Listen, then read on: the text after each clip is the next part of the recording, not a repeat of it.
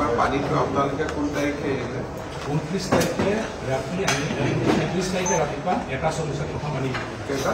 29 তাৰিখে 31 তাৰিখে ৰাতিপুৱা 1:40 29 তাৰিখে গধূলি পানী মাৰি আছে 30 তাৰিখে ৰাতিপুৱা 1:40 এৰিবলগীয়া হ'ল ৱেডাৰটো যে বেয়া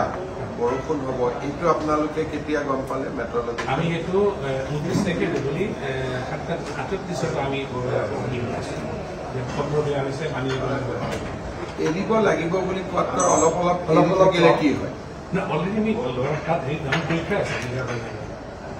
তাত পানী নাই গেট খুলি থোৱা নাই কিন্তু পানী অলৰেডি দাম আছে পানী বেছি নাই সেইকাৰণে খুলিবলগীয়া হোৱা নাই পানীটো আহিয়ে আমি টোটেল 9 ঘণ্টা টাইম দি দিয়ালৈকে আমি 6 ঘণ্টা আগত বন্ধ কৰোঁ আমাৰ ব্যৱসায়লৈকে 9 ঘণ্টা কথাটো অলপ টেকনলজিটো বুজিব দিয়ক বৰষুণ ওপৰত পৰিব আপোনালোকে কথাটো গম পায় যে অমুকটা বজাৰ পৰা বৰষুণ দিয়াৰ সম্ভাৱনা আছে পানীটো যিখিনি আগত পানীটো ৰিজাৰ্ভ হৈ যিখিনি থাকে সেইখিনি আপোনালোকে খালী কৰি দিয়ে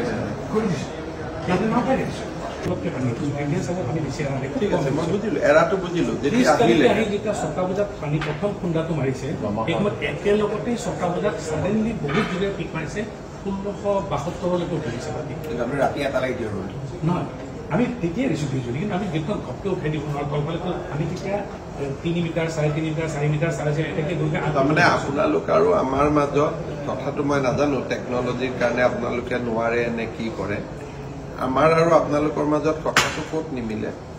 যে পানীটো আহিলে ওপৰৰ পৰা আপোনালোকে প্ৰথম গম পালে যে পানীটো আহিব আৰু পানীটো আহাৰ মিনিমাম আপোনালোকে 4-5 ঘণ্টা আগত গম পায়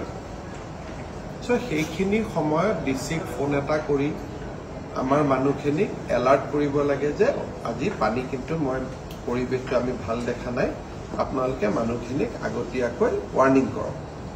এতিয়া আপোনালোকে কি কৰিছে গ্ৰুপত এটা মেছেজ দিছে মোৰ হাতত যিটো খবৰ আছে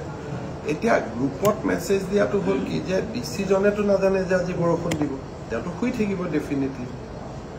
কথাটো বুজি পালে ধৰক আজি মই এতিয়া ঘৰৰ পৰা গ'লো 10টা বজাত মই ঘৰ গৈ পালোঁ 10টা বজাত স্বাভাৱিক মানুহ শুই যায় মইতো গম নাপাওঁ যে বৰষুণ আহিব কিন্তু মোক কোনোবাই ক'ব লাগিব যে ছাৰ আজি কিন্তু আপুনি নুশুব হেভি ফ্লাড আহি আছে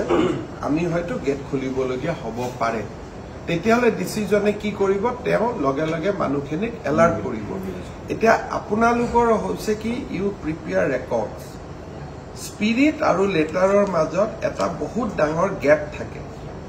যদি আপোনাৰ আৰু ডিচিৰ আপুনি মোক আকৌ এবাৰ কওক কেইটাত আপুনি প্ৰথম গম পাইছিলে যে আজি পানীটো আহিব আমি 29 তাৰিখে 7:30 মানত আমি তো 7:30 ডিচি আৰু আপোনাৰ এটা টেলিফোনিক কনভাৰচেশ্যন হ'ব লাগিছিলে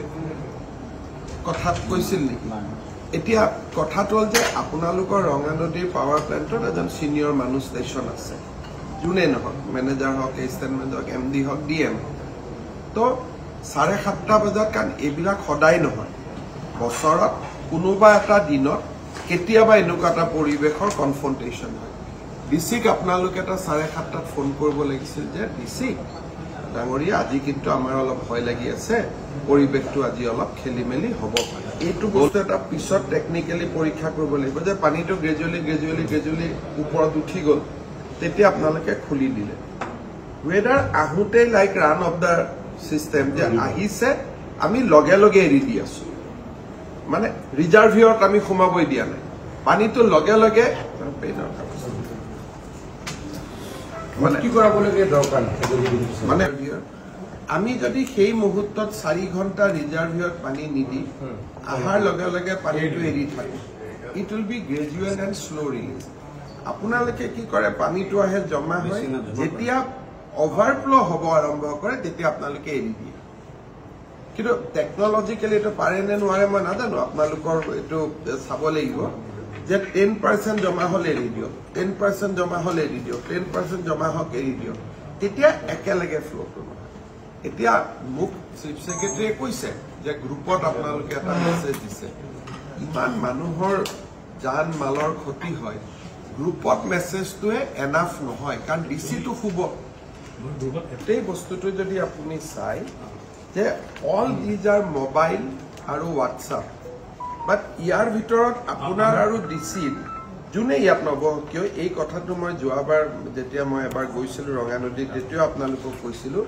যে ডিচি আৰু আপোনালোকৰ মাজত এটা হটলাইন থাকিব লাগে তাৰ পিছত প্ৰচেছটো যে আজি কিন্তু পানী বৰ নিজন অসমীয়া মানুহে কথাহে পাতিব লাগে যে আজি বৰ পৰিৱেশটো বেয়া হ'ব অইনবাৰত কিন্তু মই অইনবাৰতকৈ বেছি বেয়া দেখিছোঁ তেতিয়া ডিচিৰ দায়িত্ব ইয়াত হ'ল যে ফাৰ্ষ্ট ৱাৰ্ণিং মেছেজ আপোনালোকে মেছেজটো কি বুলি দিয়ে কেনেকৈ দিয়ে কাৰণ বিভিন্ন সময়ত মেছেজ আহি থাকে যে আমাৰ ইণ্ডিয়ান মেট্ৰলজিকেলে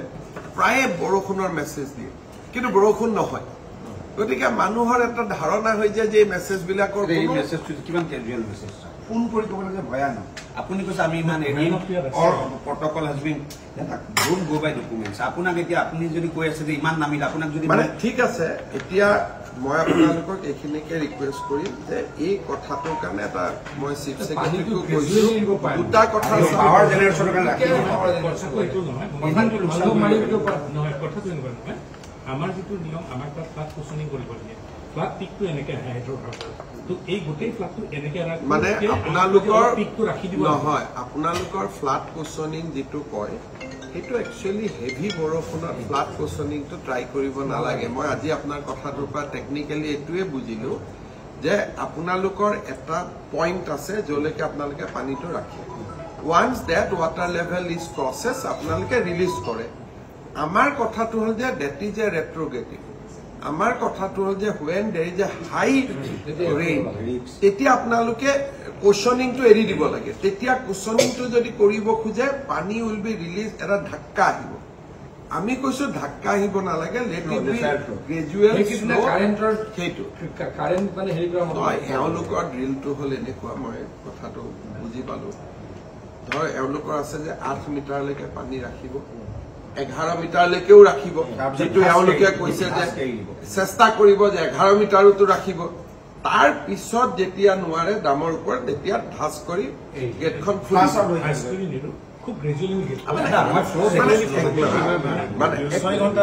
মানে গেটখন খুলি থাকে আপুনি ধৰক একেলগে খুলি নিদিয়ে বাট হাফটো খুলি দিলে গ্ৰেজুৱেলি যাতে পানীটো গৈ থাকে আমাৰ ৰিজনটো হ'ল এইটোৱে যে আৰু যদি 2 ঘণ্টা আগৰ পৰা আমি খুলিব পাৰোঁ ধৰক পানীটো যেতিয়া আহি জমা হ'ল এনেকুৱা বলিয়া বৰষুণত আৰু কুশ্যনিঙৰ কথাটো নাহে এইটো আপোনালোকে টেকনলজিকেলি পিছত আমি পাতি মই বুজিলোঁ যে আমি এনেকে পানী আহিছে পানীটো run off the water type এৰি দিলোঁ তেতিয়া সৰু গৈ থাকিব 8 মিটাৰৰ সেই বস্তুটো নাপায়গৈ কাৰণ ইট ইজ লাইক এ জলবোমা টাইপ হৈ গ'ল না যে উই হেভ ক্ৰিয়েটেড এ বম দেন উই ৰিলিজ দ্য বম যদি আমি তাক ক্ৰিয়েট নকৰাকৈ ৰাখিব পাৰোঁ এইটো আপোনালোকৰ ড্ৰিলটোৱে কাৰেকশ্যন কৰিব লাগিব আপোনাৰো উপায় নাই তেনেকৈ বনোৱা আছে but we need to change the drill মই কথাটো ঠিক কৈছোঁ